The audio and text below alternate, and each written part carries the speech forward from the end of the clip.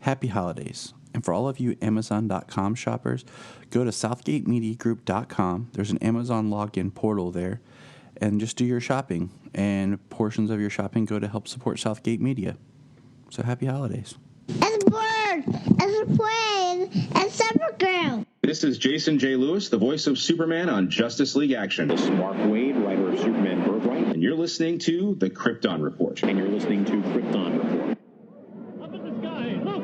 It's a bird. It's a plane! It's the Krypton Report! The All Things Kryptonian podcast, including Superman and Supergirl. We discuss games, movies, cartoons, TV shows, and comics. Find us on Facebook, Instagram, YouTube, and Twitter. If you've enjoyed Krypton Report, please check out the other podcasts available from Southgate Media Group. From Capes and Lunatics, which is everything you could possibly want from a geek podcast, to Nuff Said, Capes and Lunatics Sidekicks, Titans Talk. If you're like me, you can't get enough of your DC.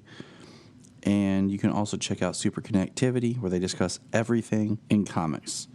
Also, they do discuss Marvel. That's something you don't hear much from me. So, check it out, southgatemediagroup.com. Look in the sky. Superman is coming. It's so awesome. Here we go. Welcome to the Krypton Report. It is I, Clark Kent, Blue, and with me is Clark Kent Red, because that's right, we are Clark Kent. And we're here to discuss the comic book issue of Superman number 18 by Brian Michael Bendis and his new run. So if you haven't been catching up on the comics, you might want to skip this episode. But we're going to talk about it because it is a pretty big issue and just something I think we just kind of want to discuss and point out. So Wonder Woman is calling him. It's that time of the day, you know. She has to make sure he's okay. Yeah. All right. So let's dive into this, and let's kind of. So this is your last chance. If you haven't read Superman 18, spoilers, or if you have not catch up with the run. Here we go. Okay. So in this episode, Superman reveals himself to be Clark Kent to the world. He's giving up his secret identity. Everyone's going to know who he is. And before we get into the actual book, let's talk about there were some times in the past that this has happened in comics past. Most recently, this did occur when the New 52 was ending and we were in that weird, awkward phase they called the DCU, as in DCYOU, which was like that post New 52 before Rebirth when they tried, Bruce Wayne not as Batman. It was Commissioner Gordon in that like exosuit. We got the Batgirl of Burnside. You guys remember that? Yeah. Mm-hmm. Me too. That's also the time where they tried to make Aquaman in the comics a little bit more towards the upcoming Jason Momoa style, and that was before. I think that was before BVS even came out, or right after BVS came out. They also tried to make the Flash. They gave him like the red behind his symbol, much like the TV show was doing at the time. It was kind of an odd, weird time where they were retweaking stuff, and so basically there was an organization that was going to out Clark, and Clark let Lois do it. And it was a big thing that Clark Kent is Superman, and then when we went into Rebirth, we found out there was a Superman and there was a Clark Kent. I won't spoil that for you guys, but there's a trick to that. But I want to pull up here a thing I posted that was called 11 Times That Clark Kent Revealed His Identity. It's a nice read. It's on our Facebook. I'm just going to break it down. Number 11 was Action Comics 662, 1991. This was after the Man of Steel reboot. Number 10 was Action Comics 305 in 1963. by Jerry Siegel, which that has some weight to it. Action Comics 269 in 1960 by Jerry Siegel. Action Comics 457, 1976, Jerry Conway. Action 484, 1978, Cary Bates. Action 345, 1967, Lee Dorfman. Superman's pal, Jimmy Olsen, 132, 1970, Leo Dorfman. Superman number 20, 1943, Jerry Siegel. Number 3 is Adventure Comics 235, 1957 by Otto Bender. Number 2 is Action Comics 313, 1964 by George Klein.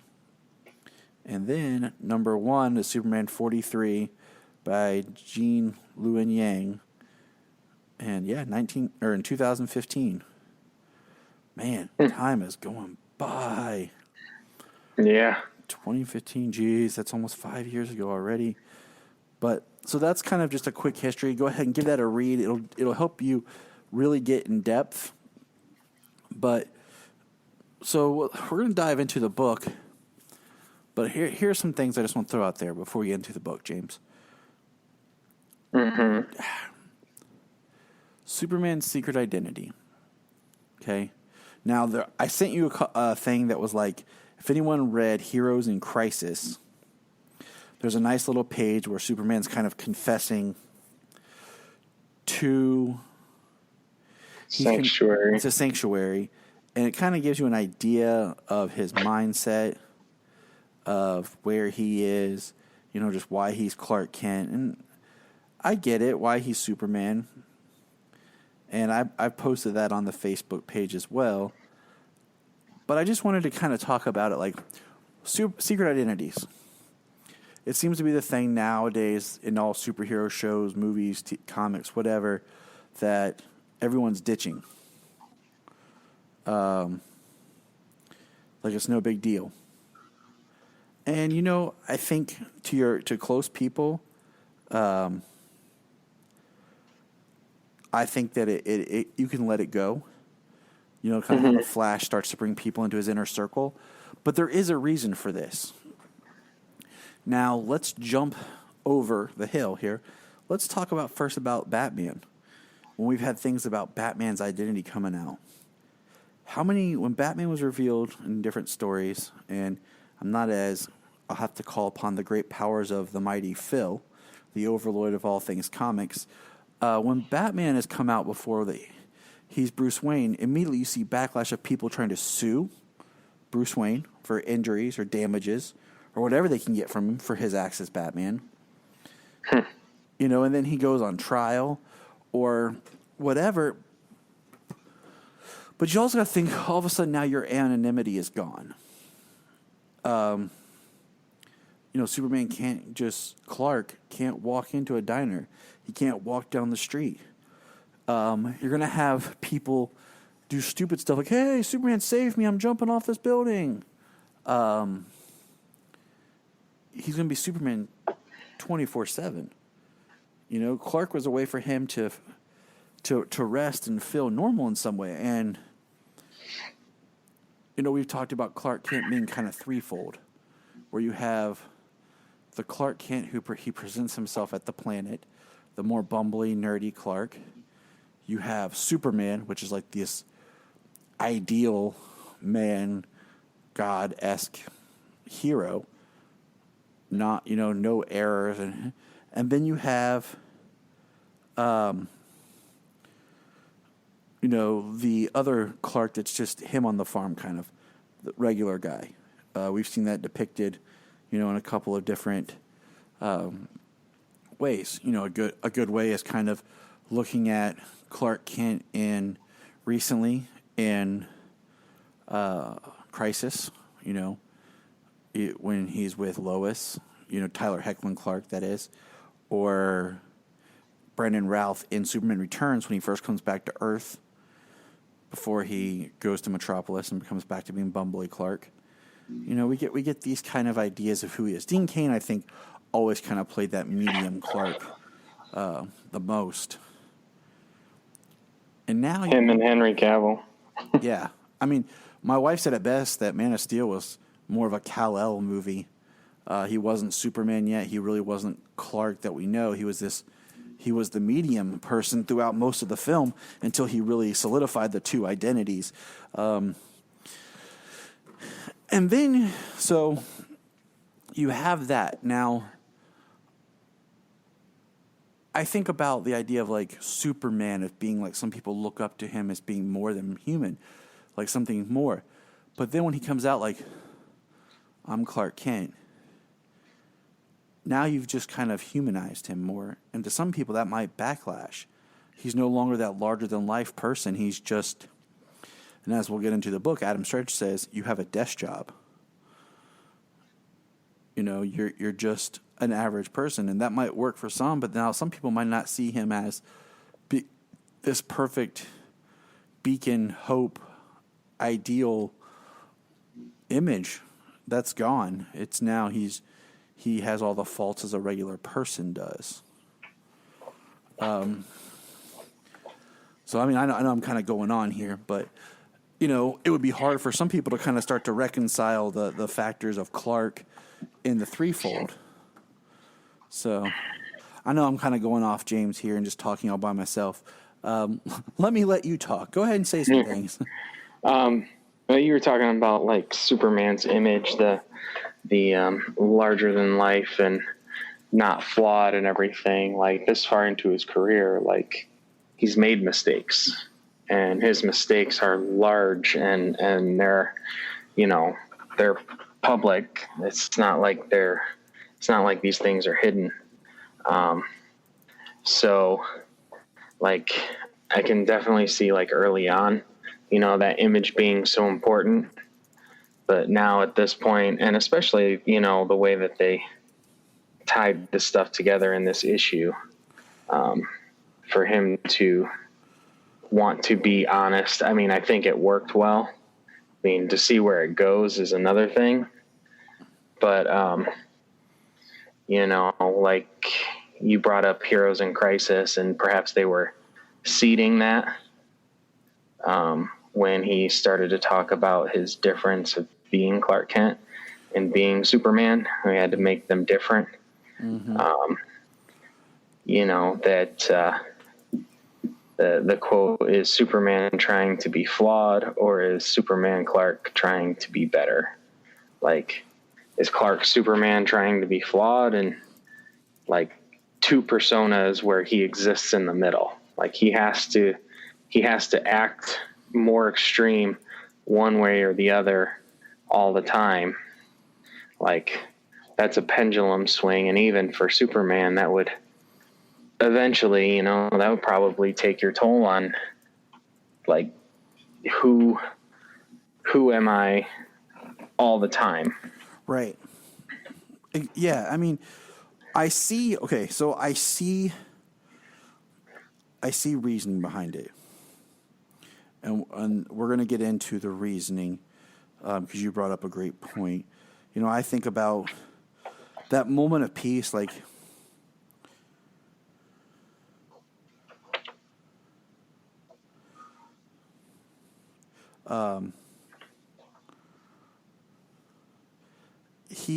say he doesn't save somebody in an accident, like he saves a lot of people, but like a couple of people die that he didn't get to. He feels guilty, and now those people can harass him.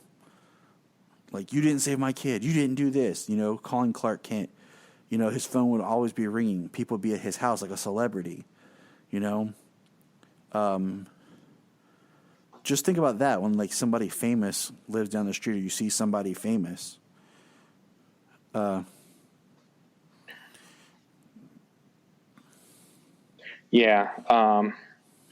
Certainly thought about it.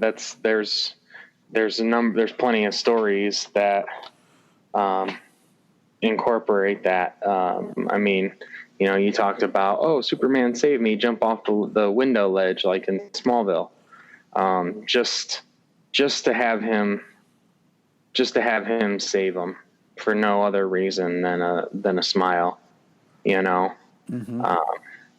So it's sure to present its problems when it comes to Clark in his life and Superman in his life. But I mean, the way it was written, you know, he felt he needed to do it, and you know, now in this one, like in this story, he's been Superman, so you know he's kind of led by example to try and be, and hopefully he will think that at some point, maybe not immediately, but at some point, people will kind of recognize and be more mature in the fact that, oh, like just because Clark Kent is Superman, like I don't think that's going to make Clark Kent the most recognizable person in the world too, because only a number of people know Clark Kent, and everybody just knows Superman as the symbol. So, I mean, the name Clark Kent is going to be synonymous, but still people aren't going to just, everybody's not going to just see him and be like, oh, Clark Kent, oh, Superman. Yeah, but you think about... Sometimes it will pass. Sometimes he will pass unnoticed, but it is, you know, like celebrity. Yeah, I mean, I think about just with our technology, how quickly and we can upload and, you know, put information out there, how quickly you can find out, oh, that was Superman. Hey, was that Clark Kent? That's Clark Kent. This is where Clark Kent works. Dude, Superman. You know that Superman's Clark Kent? What? He works at the Daily Planet. We should go. Yeah, man, let's go. But, okay. So now let's start with the idea of truth. The idea of Superman's always been, you know, Superman doesn't lie. He tells the truth. But he's always had to create a lie in a sense of his secret identity. And now he just wants to live his life as one. And, you know, he has his wife. And he has his friends. And it's interesting to see how it's going to play out, because you'll have people resent him, feeling like, you know, like they always joke about Clark wrote a story about Superman. He wrote about himself. So is there legal ramifications for that? What other legal ramifications will there be for his behavior? Is there, you know, other things that are going to come up that he didn't even think of? But he wants to be truthful and honest that this is who I am, this is what I stand for, this is all I am. Will people harass his parents? You know, they're both dead right now. Yeah, right. Yeah. I had to think for a second because waiting for Doomsday Clock. Or Lana, or the town of Smallville. Like, will it now become a giant tourist area? Because this is where Superman grew up. This is where baby Clark grew up. You know, like there's so much that could come out now. You're having a lot of speculation about what's not in this book. Oh no, it's just the idea. It's the idea of not having a secret identity and revealing yourself. But I mean, any kind of story is possible right now. I mean, anybody who knows Clark Kent is now a target. Anybody who has come into contact with him, people are going to use that to try to exploit him.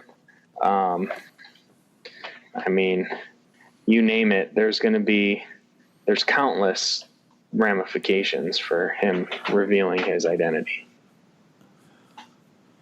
I think we've kind of covered about everything in some way, shape, or form discussion. So let's get into the book. Now that I've kind of said my idea piece. Superman number 18. I love the cover art. I love the art when Ivan Reis draws. I'm really loving his Superman. Yeah.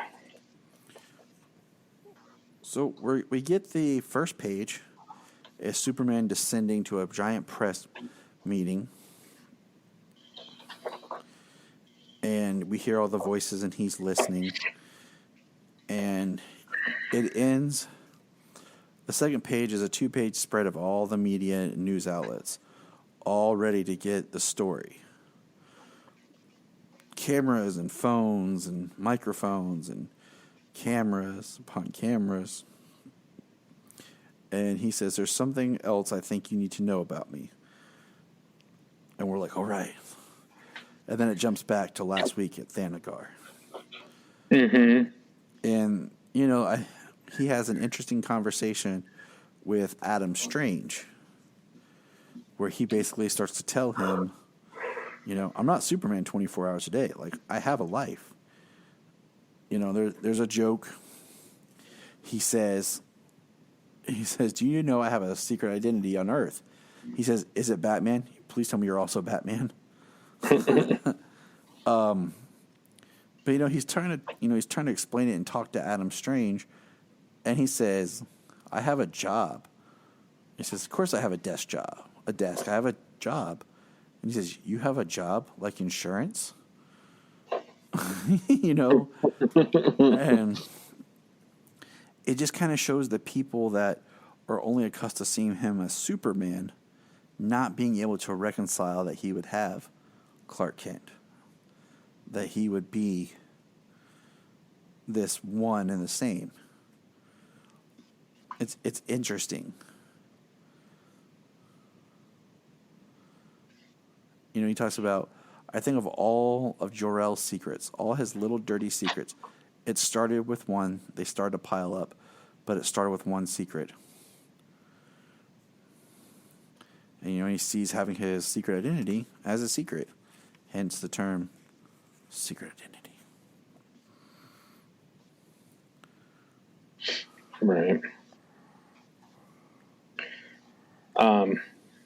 I mean, Adam Strange, he is, you know, part of the conversation about talking about how his father was a worse person, you know, than him, trying to alleviate his concern about having a secret identity and truth at this point, but. Mm-hmm. The next page, I mean, the art is beautiful. Like, this next page has no dialogue. It's all done with the art.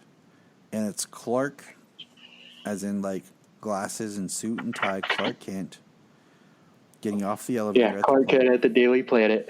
He's walking through, seeing all the different, like, newspaper articles, which all have famous comic book cover art on it. He's at his desk. He's looking at Jimmy, Perry, uses his hearing to see Perry's heartbeat, pulse. And then we get the last panel is him walking towards Perry's office with his tie. Next page is complete art. He walks in, Perry stands up. Perry, like, just from the backside body language, looks angry.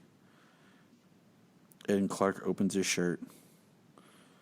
Perry sits down. Perry walks over and hugs Clark.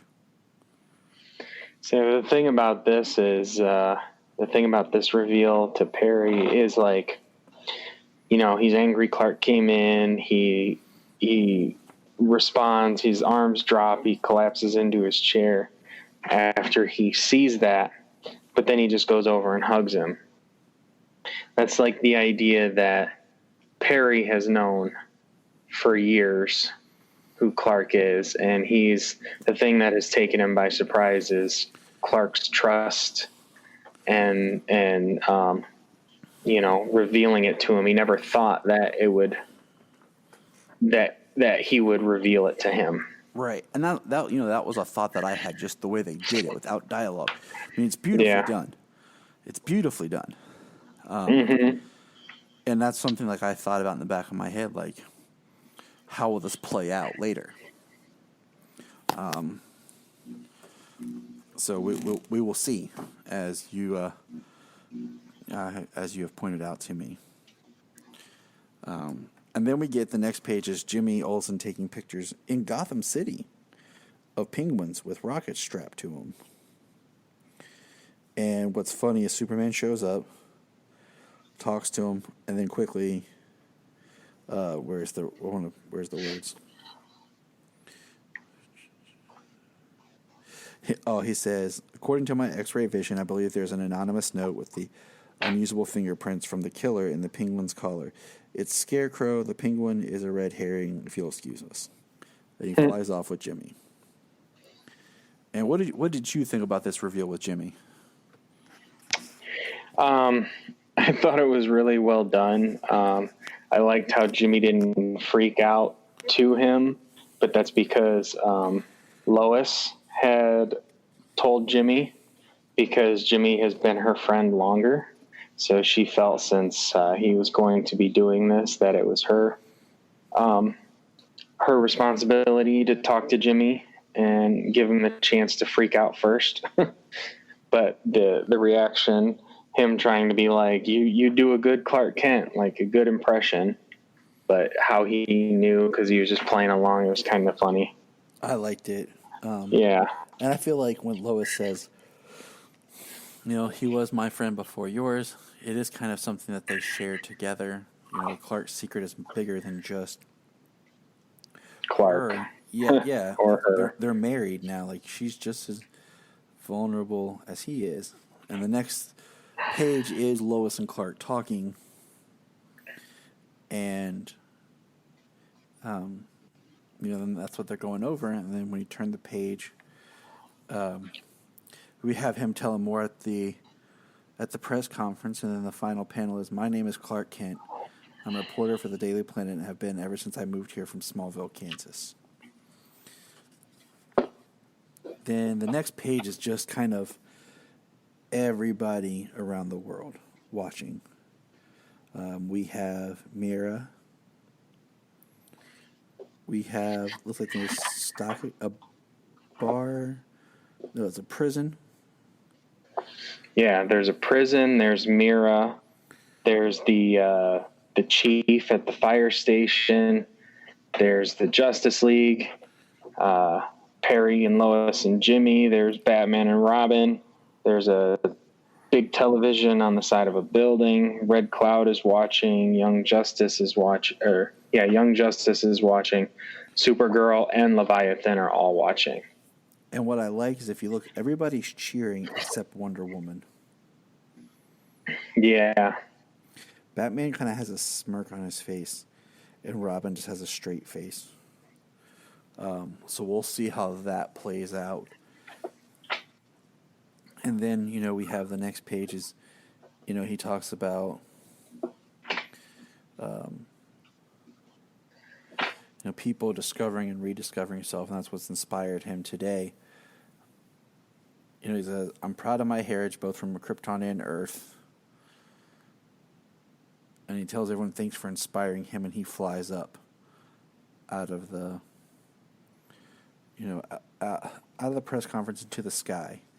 And, the issue ends with the Legion of Doom. There's Brainiac, Black Manta, Cheetah, Sinestro, Lex Luthor, and I think it's Grodd.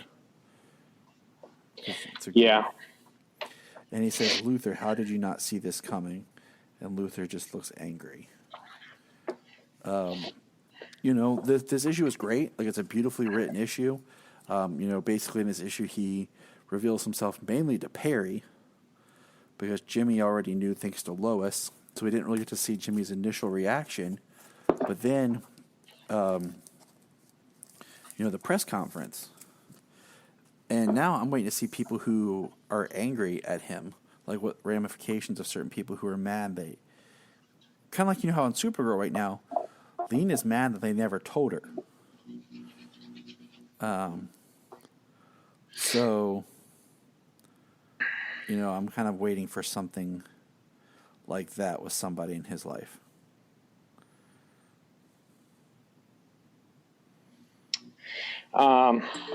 We'll see what comes about of that.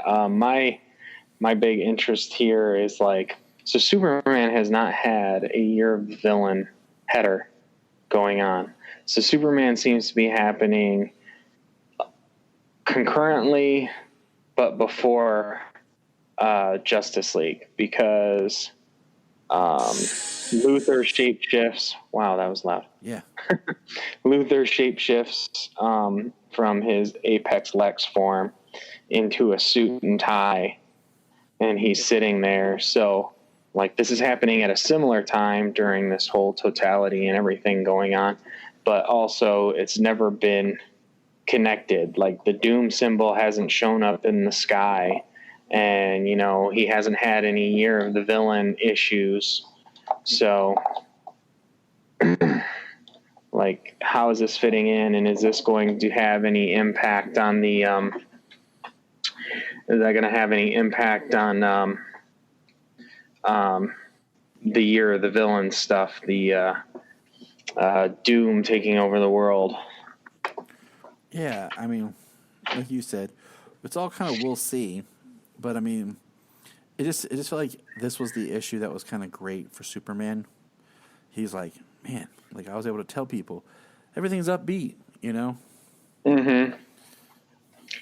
I think this was a good issue. I would say that Bendis really nailed the writing of this issue. Mm-hmm. The reveal, issue sucked. the characters, the reveal, the characters, the character interactions. I mean, the art says a lot. It's all beautifully done. The spread pages, the reveals to the characters. So, yeah, this was a good issue. Very well done when it comes to Clark Kent revealing his identity.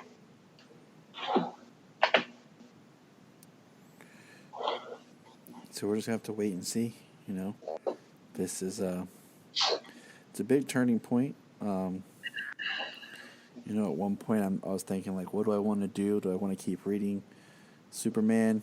Just because Bendis is, it's like he has good ideas, but he just draws them out that I feel like I'm just getting so much little nuggets that I'm like, I just want to wait for a trade or something. But yeah, I haven't decided yet. Yeah, it also is worth pointing out. I've always been, honestly, until the last 18 issues when it comes to Superman and action with the last 17 and 18 with Action 1000, and then some books from then on like Young Justice and Supergirl. These books that I've been buying, like I'd have just waited till the trades got the whole story. So it's only been the last 2 years that I've been buying some issues. And, I feel that, how's this going to impact action? It'll show us where action's taking place right now. And I noticed, like, looking at the list, like, every time that Superman revealed his identity, it was always in Action Comics mostly. It wasn't really in Superman at all. Other than my pal Jimmy Olsen issue. Mm-hmm. And that other one, which was like a really odd one. It wasn't More Fun Comics, but something like that. I'm going back to it. Adventure Comics. Oh. Other than that, it's always been action. Well, we have a reveal in Superman now. Dun-dun-dun-dun. The next play. How long till it goes back to the status quo? Well, 18 just came out, last week or the week before, 2 weeks ago? And maybe last week. Within the last 2 weeks, 18 came out, and Doomsday Clock comes out 2 days from now. So could all be changed in 2 days. I'm telling you, I feel like all these stories with Bendis take place after Doomsday Clock, but that's my thought here. Well, is Justice League and everything, is everything that we're reading then post Doomsday Clock? That's how I feel, but we'll see after Doomsday Clock. Because, Doomsday Clock was supposed to have been done 2 years ago. Yeah. At least a year ago. It's ridiculous. It was supposed to be a monthly book starting November of 17. Here we are, December of 19. We're getting issue 12. Yeah. A